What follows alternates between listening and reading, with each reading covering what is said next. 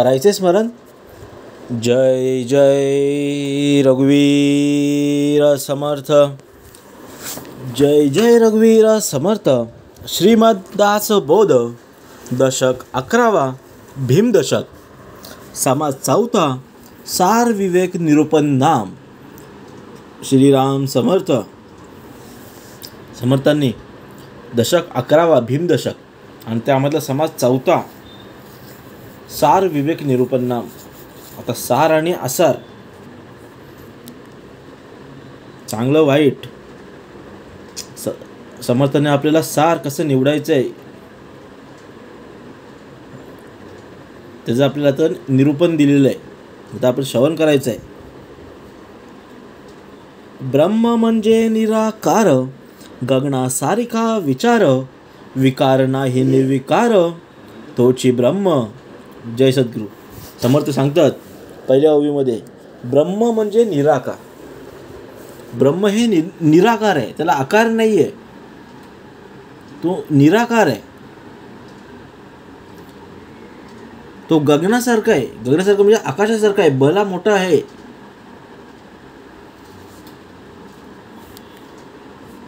आणि विकार नाही निर्विकार त्याची ब्रह्म. म्हणजे याच्या ठिकाणी, परब्रह्माच्या ठिकाणी त्याला कोणताही विकार नाही, तो पूर्ण निर्विकार आहे. निराकार आहे, निर्विकार आहे, त्याला कोणताही आकार नाही, कोणताही विकार नाही आहे. आणि गगनासारखा तो विशाल आहे.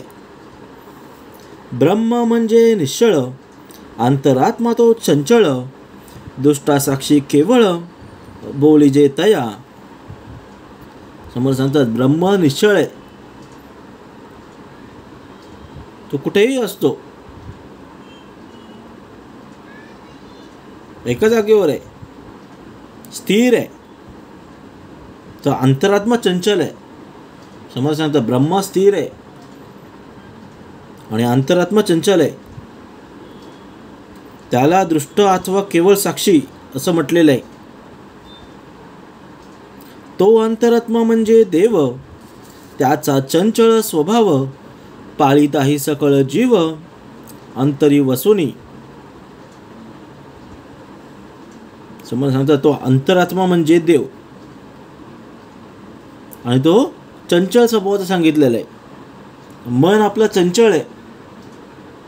आता आपण इथे बसलोय, आपल्या डोक्यात विचार येईल अमेरिकेचा.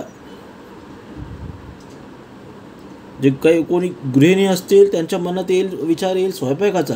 काय स्वयंपाक करू, आज ही डिश बनवली, उद्या ती डिश बनवेल. जे नोकरी धंदावाले आहेत त्यांना नोकरी धंद्याची चिंता. आज मी असं काम केलं, उद्या मला तसं काम करावं लागेल. प्रत्येकाचा विचार चंचल आहे पूर्ण.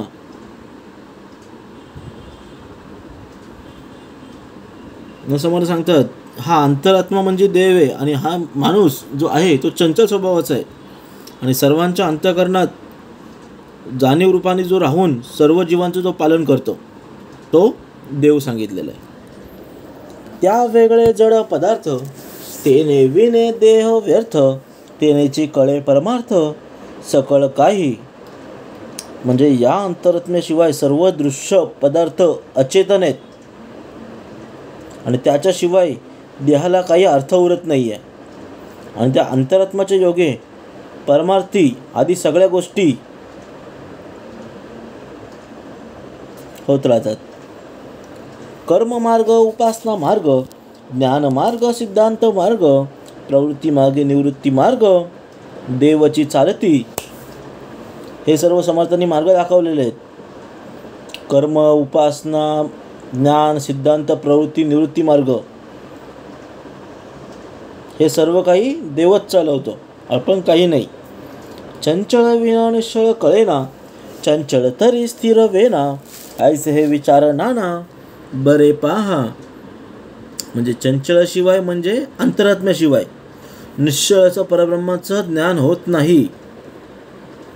आणि जे चंचल आहे, जे असते ते टिकू शकत नाही, ते नाश पावते. अविनाशी नाही आहे, ते नाश पावते. जे चंचल आहे ते सर्व नाश पावते. अशा प्रकारे जे नाना विचार जे उत्पन्न होतात ते आपल्याला नीट समजून घ्यायचं आहे, जाणून घ्यायचं आहे. चंचल निश्चयाची संधी ते ते भांबावते बुद्धी, कर्ममार्गाचे जी विधी ते मग आईलीकडे. म्हणजे चंचल अंतरात्म्याकडून निश्चळ परब्रह्माकडे जाताना त्याच्या सांधी कालात म्हणजे शून्यत्वाची विघ्न येते आणि तेथे साधकाची बुद्धी भांबावून जाते. म्हणून त्या शून्यालाच परब्रह्म समजायचं आहे. आणि त्या स्थितीत कर्ममार्गाचे विधिनिषेध हे सर्व अलीकडेच राहतात. देव या सकळांचे मूळ, देवास मूळ ना डाळ, परब्रह्म ते निश्चळ निर्विकारी. देव किंवा अंतरात्मा हा सर्वांचा मूळ करता आहे. आणि जर हा मूळ असला तरी देवाला मूळ ना शेंडा अशी परिस्थिती आहे, अशी स्थिती आहे. आणि फक्त परब्रह्म हेच निश्चळ आहे आणि निर्विकार आहे. निर्विकार आणि विकारी एक मनेल तो भिकारी, विचाराची होते वारी देखत देखता. एक निर्विकार परब्रह्म आहे आणि एक विकारी अंतरात्मा आहे, हे एकच आहेत असं जो कोणी म्हणेल तो विवेकाच्या दृष्टीने, त्याच्या ज्ञानाच्या दृष्टीने तो भिकारी समजावा. चंचल आणि निश्चळ एकच असल्याचा विचार सारासार विवेकाने नष्ट होतो. सकळ परमार्थास मूळ, पंचीकरण महावाक्य केवळ, तेची करावे प्रांजळ पुन्हा पुन्हा. म्हणजे पंचीकरण आणि महावाक्याचे विवरण हे सर्व परमार्थाचे मूळ आहे, आचार आहे, आधार आहे. म्हणून प्रांजळपणे त्यांचा वारंवार मनन आणि निजध्यास करावे. पहिला देव स्थूळ काया, आठवा देह मूळ माया, अष्टदेह निर्शलिया विकार खायचा. म्हणजे पिंडाचा पहिला देव म्हणजे आपलं स्थूळ शरीर आणि ब्रह्मांडाचा चौथा देह म्हणजे मूळ माया. आणि हे पिंडाचे 4 आणि ब्रह्मांडाचे 4 मिळून 8 देहांचं मूळ माया सांगितलेली आहे. आणि या विकाराने निरसन केल्यावर विकारच उरते.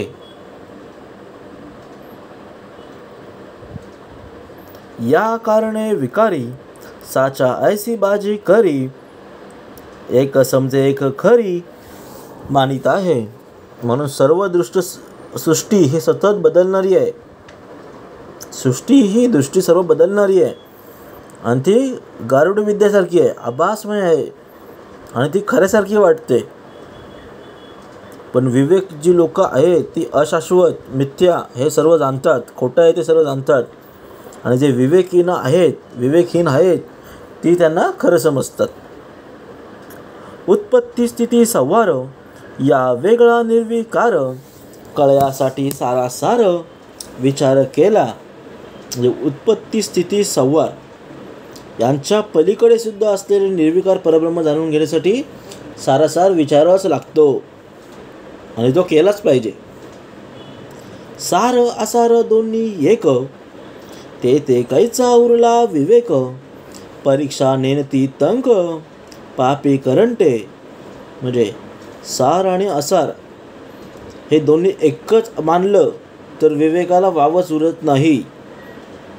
जे सार कोणते आणि असार कोणती याची परीक्षा निवड करणे जाणत नाही, जो जाणत नाही तो विवेकहीन पापी आहे, रंक आहे आणि त्याला भाग्यहीनच म्हणावं लागेल. म्हणून आपल्याला सार काय असार काय दोघांमधला फरक आपल्याला समजला पाहिजे. जो एकची विस्तारला तो अंतरात्मा बोलिला, नाना विकारी विकारला निर्विकार नव्हे. म्हणजे जो अंतरात्मा एकला एक विस्तार पावलेला आहे आणि नाना विकार ज्याच्या ठिकाणी उत्पन्न झालेले आहेत ते नक्कीच निर्विकार परब्रह्म नव्हे. ऐसे प्रगटाची आहे आपल्या प्रत्यय पाये, काही राही काही न राहे हे कळे ना. म्हणजे हे तर सर्व खरं स्पष्टच आहे, आपल्या अनुभवास येते, तरी सुद्धा काय शाश्वत काय अशाश्वत हे कळत नाही. जे अखंड होत जाते ते सर्वदा संवारते, रोकडे प्रचितीस येते जनामध्ये. म्हणजे जे अखंड निर्माण होते ते सर्व नाश पावते, आणि ज्याचा नेहमी संवार होतो त्याची लोकांना रोकडी प्रचिती येतच असते. एक रडे एक चरफडी, एकांची धरी नरडी, एकमेका झोंबती दराडी, दुखळलेले जैसे. म्हणजे कोणी एकाच समान सांगतात, कोणी एक जर रडत असेल तर दुसरा कोण त्याला चरफडत असतो. जर कोणी त्याला तिसराच असं तो त्याचा नरड धरेल, आणि जर दुसरा कोण असेल, जर कोणी आषाढ बुध दुष्काळातून असली तर ते एकमेकांची झोंबू लागतात.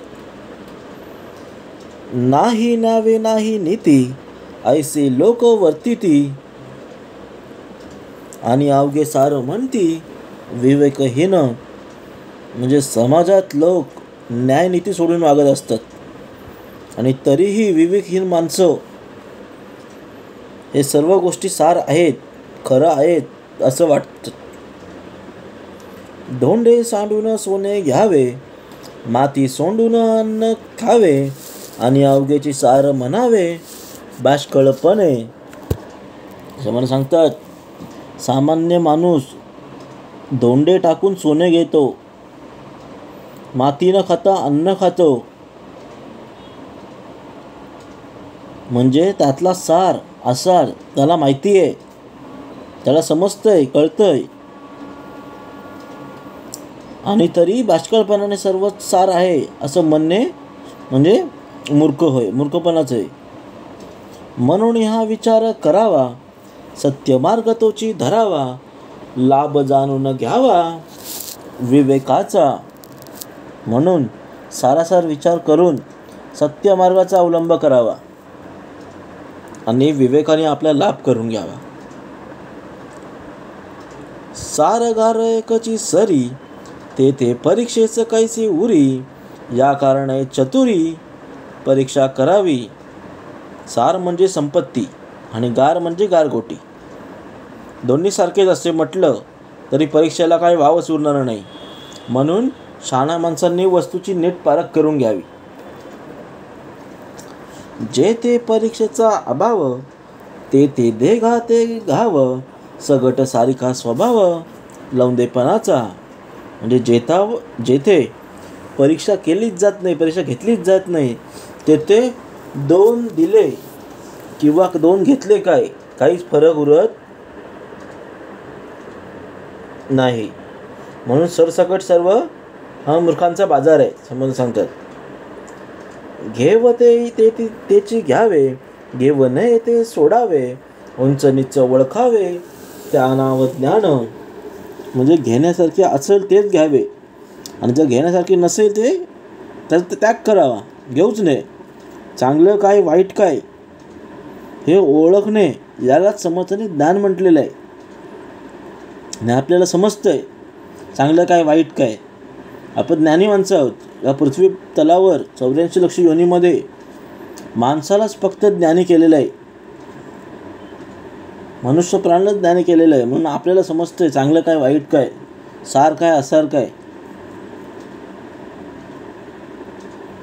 तर आपल्याला तर ज्ञानी व्हायचं आहे.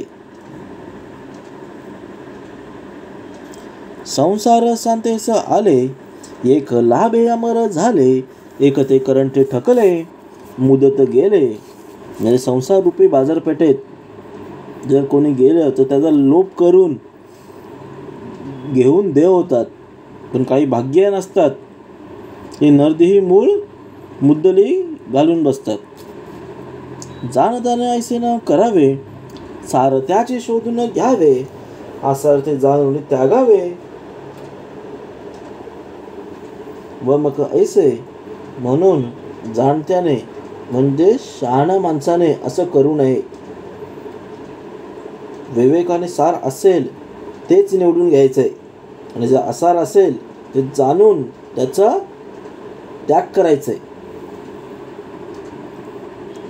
ते वमक करी प्राशन तरी ते स्वानाचे लक्षण. ते सुचिस्मंत ब्राह्मण काय करी. ते वमक करी प्राशन आणि ते स्वानाचे लक्षण म्हणजे कुत्र्याचा स्वभाव असा असतो की तो वमनच प्राशन करतो, म्हणजे उलटीच प्राशन करतो. आणि पवित्र ब्राह्मणाने असं करावे काय? समर्थ सांगतात,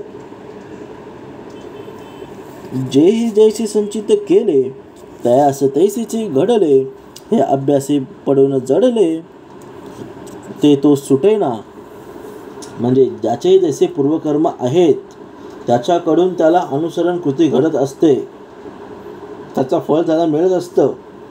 पण ज्याचा अनेक जन्मात अभ्यास घडलेला असतो ती ते लक्षणं सुटत नाहीत. एक दिव्याने बक्षिती एक विष्ठा सावडती. आपल्या वडिलांचा घेती साभिमान. म्हणजे काही दिव्यानं सेवन करतात तर काही विष्ठात चिवडत बसतात, म्हणजे सेवन करत असतात आणि वर अभिमानाने आपल्याला पूर्वजांपर्यंत आपण करतो असं म्हणतात. असो विवेके विन बोलणे ती तुका सीन. कोणी एक श्रवण मनन केलेच करावे. समर्थ बोलतात, असो ज्याच्या ठिकाणी विवेक नाही त्याला गोष्टी सांगणे म्हणजे केवळ श्रम आहे. म्हणून शहाण्याने नेहमी श्रवण मनन करावे